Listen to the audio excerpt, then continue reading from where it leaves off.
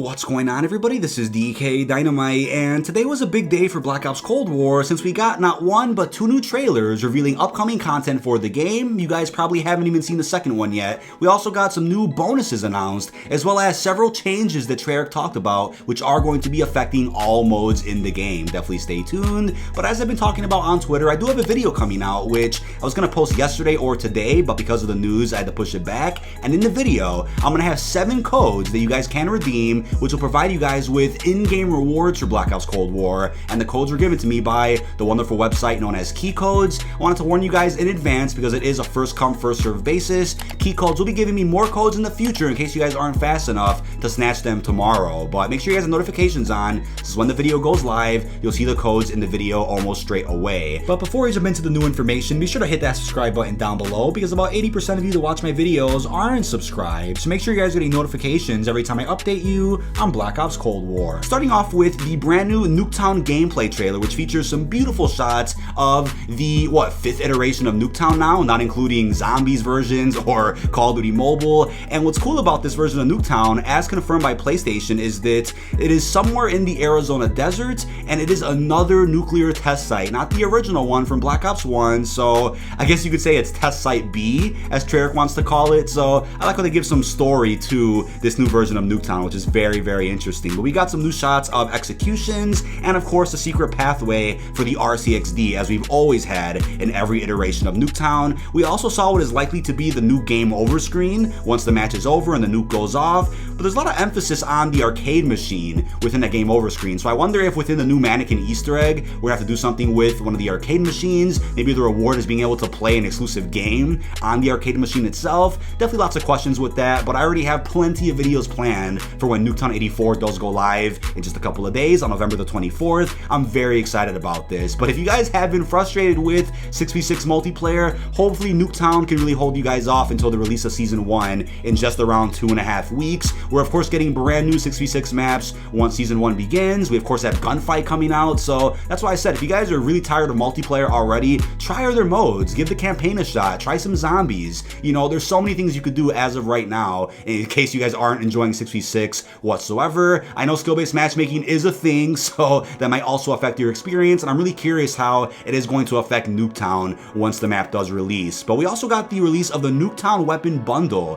which we talked quite a bit about yesterday. It released for free for everybody today, I think about noon. So when you put up your game for the first time going forward, you should have the offer redemption available for you, which you can confirm, and then it'll actually allow you to use the new shotgun skin. It'll give you a bunch of charms, an emblem, and a calling card. I'll show you guys some footage on screen in case you guys want to see what it looks like. And I almost forgot, as I said yesterday, that shotguns are secondaries now in this game's multiplayer. So I'm gonna have to run a shotgun as my secondary just to enjoy this brand new Nuketown skin, even though I'm not much of a shotgun player. But let me know what you think down below about shotguns being secondaries. I'm not a huge fan of that, but something we have to get used to going forward with this game. Now, we did get a second trailer and a half that a lot of people aren't talking about, straight from Mountain Dew, and it's probably the closest to live action that we're gonna get. Now, it does seem like Adler manages to kick communism in the ass just by drinking Mountain Dew. It's that funny of a trailer, but I miss when Call of Duty used to do a lot of live action trailers back in the day. The Modern Warfare 3, Black Ops 2 days. Hopefully we'll see more live action going forward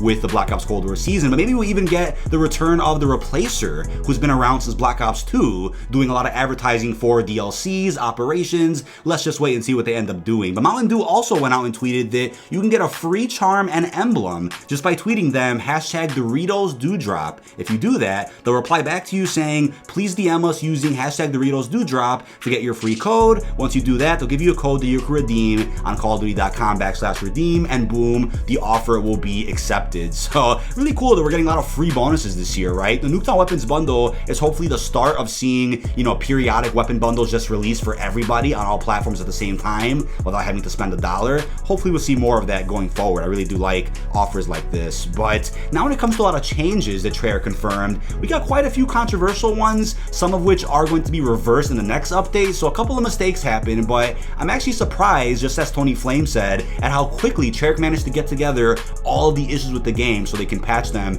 as quickly as possible. But they went ahead and confirmed on their blog post that they now have a Trello board that is live, and as they said, while this won't serve as a comprehensive list of known issues, several of which are listed below, we'll do our best to track the bigger issues of specific interest for the community here. You can also come here for details on how to report bugs on your specific platform, where to contact player support, and when to expect specific fixes to be released. Now, they once again mentioned the free Nuketown weapon bundle, which you can get by booting up the game at least once before December the 3rd. Then you just log in and you get it right away. It's that simple. They have more details linked right here. What I'm not sure about is if you miss this offer, can you then buy the Nuketown bundle at some point in the future? I'm assuming that'll probably be an option in the next couple of months, but maybe not right away. So they also mentioned the season leveling system yet again. So the reason why they probably brought this up, even though it has nothing to do with the actual patch, is probably because people are still confused about how this exactly works. And I have to admit, it is quite overwhelming to read, and I think people who aren't familiar with Modern Warfare system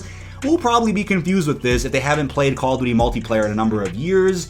They also mentioned there's an issue here with, seeing two different levels at once. You see one level in game and then a different level on your after action report. That is being worked on. That is definitely an issue that they have to fix. It's very confusing. But I think to break it down here, again, you have 3 prestiges right now. You can get up to level 1000, and your level, I believe, won't be reset once season 1 begins. But when a new season starts, you'll be able to do, I think, 3 additional prestiges at that point. So definitely a step up from Modern Warfare seasonal leveling, but at the same time shares many similarities for those out there who may have liked or disliked that system. So something we have to get used to. For whatever reason, they just changed it, and that's the way it is now. So they also mentioned several buffs and nerfs to a lot of weapons in the core multiplayer: FFAR, the submachine gun Alpha, M16, the Charlie, Type 63, DMR. So if you guys are fans of these weapons, hopefully you're okay with some of these changes. We have updates to the sniper rifles. We have the Magnum pistol on its own here. And like I said before, what is the point of even using pistols anymore unless you're going for dark matter or some challenges? Because now that shotguns are secondaries, that's probably what everybody's going to be using going forward. So I'm not sure how I feel yet about shotguns being secondaries, but something we have to get used to as well over the course of the season. We got some updates to the Bravo as well. And then when it comes to the game modes, we got some spawn updates and some other features that were improved upon here for Search and Destroy, Free-for-All, CDL Hardpoint, Combined Arms, of course more spawn updates, and then they added score streak cost overrides to custom games. Now here's some of the big changes now with the score streaks. So here we have the combat bow. They reduced the ammo from 5 to 4, okay?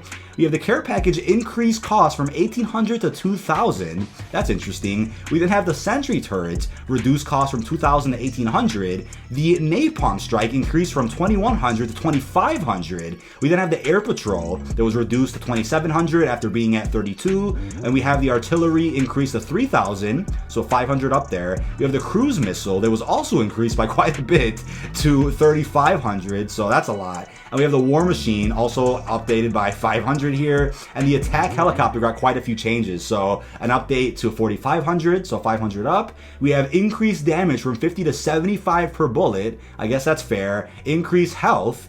And we then have the decrease of the duration from the screen shake from bullet impacts, and reduce the amount of time the helicopter will stay in one place before relocating. So correct me if I'm wrong now in the comments. Have score streaks ever been changed this much, during the first patch of a new Call of Duty? Maybe they have been, I just haven't paid attention, but that's quite a few changes here after the game just came out. VTOL Escort reduced cost by 500, and then the Chopper Gunner increased cost by 500 there. So let's see if that works out. But we got updates to the maps as well.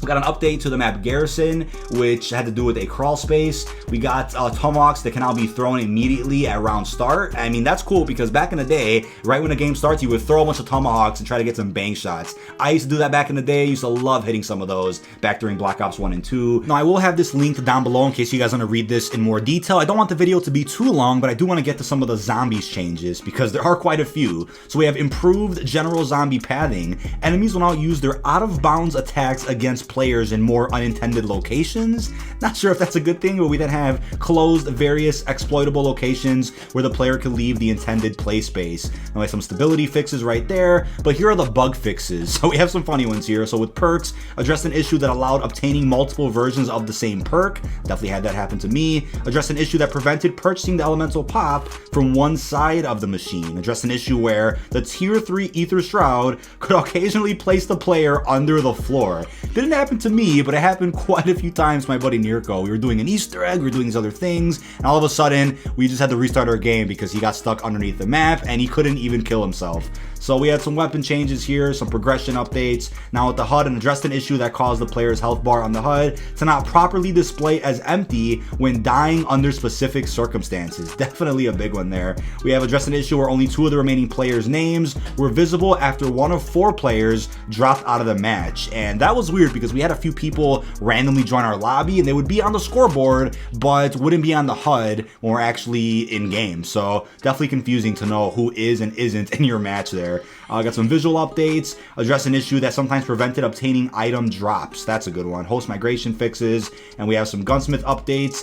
Address an issue that prevented the weapon name from properly appearing after using the mystery box. Also addressed a rare issue that caused the mystery box to remain open after use. I've seen that one happen. We have equipment and sensitivity changes here. Now we have one with the decoy that people were a little bit upset about. I'm not sure if they're going to reverse that at some point later, but that had to do with throwing decoys out of the actual play space, as they said. Dead Ops Arcade 3, so there was an issue that could cause the actual progression to break in your game. I'm glad they fixed that. Addressed an issue that caused enemies to spawn on top of players. That was an instant down. Not sure why that was a thing, but luckily that has been fixed. Now we also have an issue with Onslaught to where you'd see D Machina tips on the Onslaught loading screens. Luckily that's been fixed. We have some global settings here. Aim responsive curve type options added to settings. That's great for those out there that prefer that. A lot of stability issues that are fixed when it comes to the audio, and we have some other general bug fixes as well. Again, this video could be 20 plus minutes if I want to go ahead and read every single one of these updates, but we did go through a lot of the main ones here. Treyarch also confirmed quite a few things that I think are very important because people were upset with some of the changes made with the ray gun and the ring of fire, but they went ahead and quickly clarified what's going on with that. So as they officially said here,